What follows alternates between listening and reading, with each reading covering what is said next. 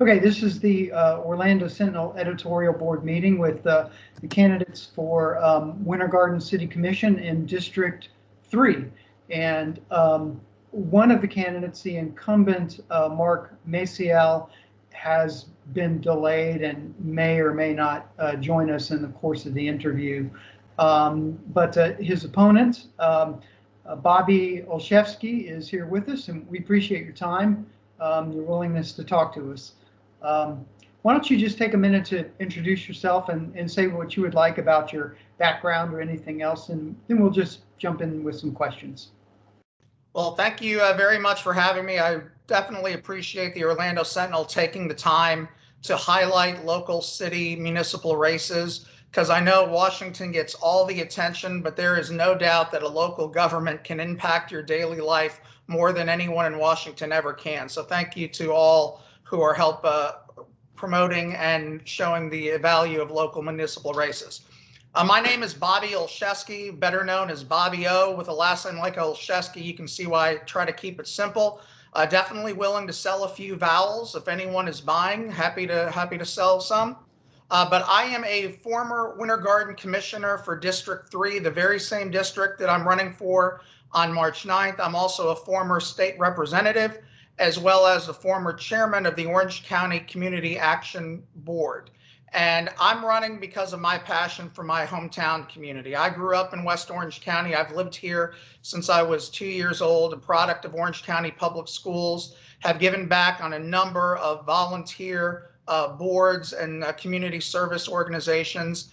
And truly, when you care about your community and you care about the people, you miss that service and being able to help people and being able to do right for your community, for everyone, not just a special few of the special interests, but for everyone. And that's why I've decided to run for Winter Garden Commission in District 3, because this is my home. My wife's an Orange County public school teacher. I have a 4-year-old daughter, and we need to make the future better here in the Winter Garden and throughout our whole state, even by running for this seat and being able to help all people in Winter Garden.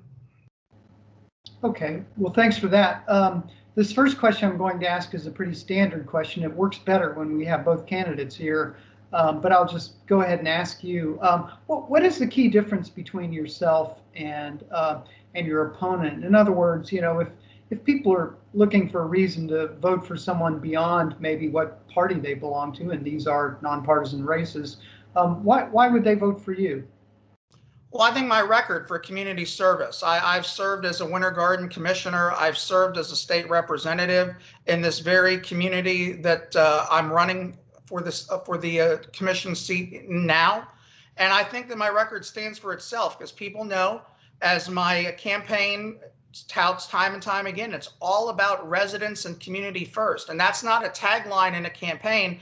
That's a way of life and the way I've conducted myself. Residents and community first. I don't own any land in the city that needs to be developed. I've never made a dime off of any vote that has come before the city commission. I'm not a developer. I'm not a land acquisition company owner. I'm here to serve the people and to do what's right. And the biggest difference is I've never voted to raise taxes. I don't profit off any votes that come before the commission. I'm here to serve the people, to do what's right, to make our community a better place, not only for my family, but for every family that lives in Winter Garden. And I think that's the big stark contrast between the two candidates in this race. Maybe we could ask you to elaborate just a bit on that. I mean, because you kind of leveled what seemed like a pretty serious accusation that the incumbent you're arguing has profited off of votes that he has taken on the commission? Well, I don't know if I'm leveling anything that's not public knowledge or something that he hasn't said himself. I mean, my opponent is a developer and owns a land acquisition company, and that's been highlighted in the West Orange Times Observer. They've called him that many times. And I think his voting record on having conflict of interest on his time on the Winter Garden Commission have been, well documented. And you have those conflict of interest because you have a financial stake in votes that come before the city commission. And like I've said, I don't own any land in the district or the city that needs to be developed, and I don't make a dime off of any vote that comes before the city commission. And and in his own words, he admits that. If you go on his personal business website, where he's a developer and a land acquisition company owner. He touts the fact that he's a former planning and zoning board member for the city of Winter Garden, as well as a commissioner for the city of Winter Garden. And even on one project states that the city owned a property, he developed it, and now he has a partial ownership in that property. And you know, I've knocked on thousands of doors already. I'm a relentless worker, a relentless campaigner, and I go out and roll up my sleeves and meet the people. And the people want ethical leadership. They don't want someone seeing that, you know, they don't have their best interests at heart. And time again, I've heard the overdevelopment, the overdevelopment, the overdevelopment. And, you know, we need to have smart projects and smart growth. Okay, thank you. Can you think of any projects that the city has voted on since you've been away from the commission, where you would have voted differently, or where you would have insisted on some changes that you think would have made the development better? Specifically, I am not able to call something specific, but I think the spirit of what you're asking me is simply this. I mean, you and I are, you know, possibly investors in the stock market. And when we buy a stock, whether it be Google or Disney or Amazon, we're investors. We're hoping for a return on that investment. I always find it so unbelievable that when developers buy a piece of land, that they expect to get every single red cent that they can possibly get out of that project. And that's where I think I bring to the table. I don't think anyone can say, and I'm not saying that I'm not anti-growth and anti-development, but it has to be smart growth. It has to fit the unique charm and feel of our communities. And that's what we want. That's what all of us want, is to be proud of the place we live in, and not seeing how many homes or how close we can get homes, or having nothing but concrete jungles and not making ways for green space. And I think when you have someone who's really coming at it from a standpoint like I am, of putting residents and community first, I think you get good leadership and you get good government by looking out for the people, not thinking about, well, let's see, what developer do I have a relationship with that can pay me on this project that we're working on a deal in another city or another county. And that's just not right. I just don't think that you should serve on an elected commission or elected board if you're somehow profiting from, you know, the votes that you made, the votes that are coming before the board that you serve on. Okay. I feel I need to add just very quickly again that we did invite Mr. Maciel to be here, and he wasn't able to attend so far, at least. Jay, go ahead. As a non-developer, as a citizen, an interested citizen, when you look at downtown and when you look at the neighborhoods outside of downtown, do you see that downtown is overdeveloped already? Do you think it's just right? Is there room to grow? And what about neighborhoods? Are you satisfied with the growth rate there, or do you think it's going too fast?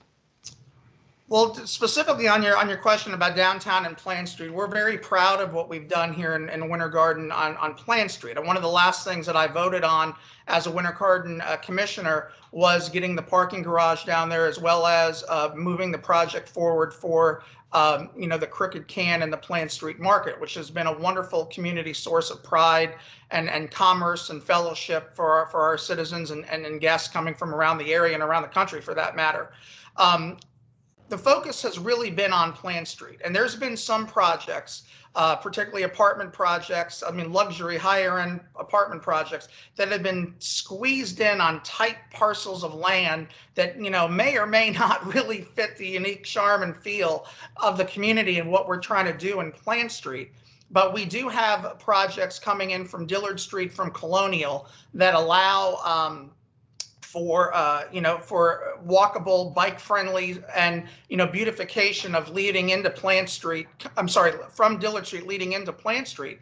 But more importantly, we have the 429, and Plant Street extends to the 429 and the East Winter Garden community, which was a economically challenged community that is in District 3. And I think that we need to be focusing more on those redevelopment efforts there. And when I was a commissioner, we partnered with great organizations like Matthew's Hope, the West Orange Habitat for Humanity, and they are refurbishing homes and giving opportunities for people. And we're really seeing that make a difference. And particularly St. Luke's Methodist Church and Dr. Phillips. I brought them in. They came in with their Circles program and are really investing in the community. And I think that's what we need to have. But you mentioned in other areas in growth in District 3, I have the exact same district without one, except for one neighborhood, about maybe 100 homes that have come in just in the time that I've not been on the commission. But I think at the same time is it's what does this project mean? Does it fit the unique charm and feel of our community? Or are we just trying to pack in as many homes, townhomes or apartments in a small piece of parcel that we can? I mean, does that benefit us or does it benefit the developers? Thanks. I usually ask candidates what their chief concern is in a city they're running in or county. But I'm sensing that your answer would be your chief concern is growth. Am I getting that right? I think that's spot on. Okay. So that I guess also would be like what you think is the biggest challenge for Winter Garden too. Is that right? Well, Winter Garden, we've been blessed. I mean, I believe, us in Ocoee, we go back and forth as who's the third largest city in Orange County. We're approaching 50,000 residents now. And I think with that comes the fact that you do have growth and you have this diversity that I don't think has always been embraced in the past, particularly when you look at the legacies in Winter Garden. But we have that, and we're a thriving community where diversity is starting to shine. And I think that needs to be more reflective in our city operations and particularly our community boards. And that's one thing I'm looking to do is make appointments to the boards that I'm able to make appointments to embrace that diversity and be able to have different viewpoints coming in to manage the growth. Because again, there's nothing wrong with growth. And I don't think anyone can say that, Bobby O is anti-growth. No, Bobby O, growth is going to happen. The Winter Garden zip code 34787 is probably one of the largest growth areas in the state. And so with that, we have the development, particularly in District 4, where, $500,000+ homes are coming in like wildfire in that district. So we're having an additional tax revenue. We're having additional tax base. Let's use this to manage our growth wisely and do it smart and make sure it fits the unique charm and feel of our communities. So we're quickly running out of time, but just to get back to the first part of your answer on that about appointments to different boards, and it sounds like you're concerned that there aren't enough African Americans or Hispanics or women on these boards. Can you be a little specific about that? I think that's you hit the general feel. My last appointment, ironically, at my last meeting, I appointed a female to the Planning and Zoning Board, which typically hasn't had female members, and I was proud to make that appointment. And then, one of the things that I see, I've seen it in Orange County. I see it in Winter Garden. I mean, we have people that are in the process. They make money off of development and projects that are coming before county and other municipal governments. And I think we can do better than that by appointing, the same, I don't want to use the word good old boy, but I guess I will, network that, it's the rubber stamp. And so I think it's okay to ask questions. It's okay to have different viewpoints. That's what makes America great. And that's what makes Winter Garden great, is having different viewpoints coming together and decide what is best for the city and putting residents and community first and not the special interests. Bobby, I wanted to ask you one question. One thing we often ask legislators is how they feel about home rule, because it's something we believe in with local communities having their own destiny. When you were in the legislature, I seem to recall the League of Cities did not grade you very well on home rule. And in particular, there was a vote that we have written an awful lot about in Seminole County that developer Chris Dorworth and others wanted to, that would have put some undid some of the restrictions on the rural boundary. Can you let us know what your thought was on that vote? I think you supported that. And Sure, Scott. I'll be honest. I have to correct you on that, because the Florida League of Cities, when I served in the legislature, there's 160 legislators in the Florida legislature, and I was one of only 17 to receive a legislative appreciation award from the Florida League of Cities. And I have that award, and I wear it as a badge of honor because of my advocacy for home rule in 4 cities, and 4 cities, including Winter Garden. The vote that you're talking about, I remember it was one of those votes that happened, I think, at 11:30 or midnight at night. And when that vote happened, I was able to get Orange County removed from that bill. So I'm the seat that I represented was all in Orange County. And, you know, when this bill was being drafted and voted upon, you know, around midnight, I was able to carve out Orange County and my constituents from that bill.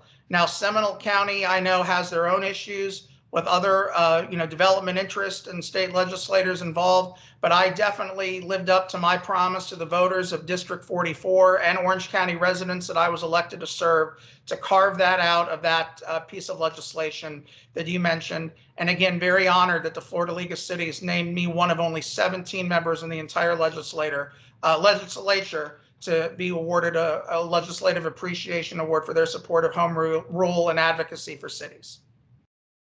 Okay, and that was specifically for home rule? That was their award that they gave me. They said, but I'm saying the award was specifically for home rule? I believe that was in their press release, and it said advocacy for local cities in support of home rule. Okay, I'll have to double check. I have it on my website, and I do believe there is a PDF file that is available on the Florida League of Cities website as well. I can share it to you, Scott, when we're done with this call. Okay, thanks. Well, our time is up. It always seems to go really fast when it's just one candidate. Again, I do want to mention that the other candidate was not able to be here. But we want to thank you for your time very much, and wish the both of you good luck in the election. Thank you.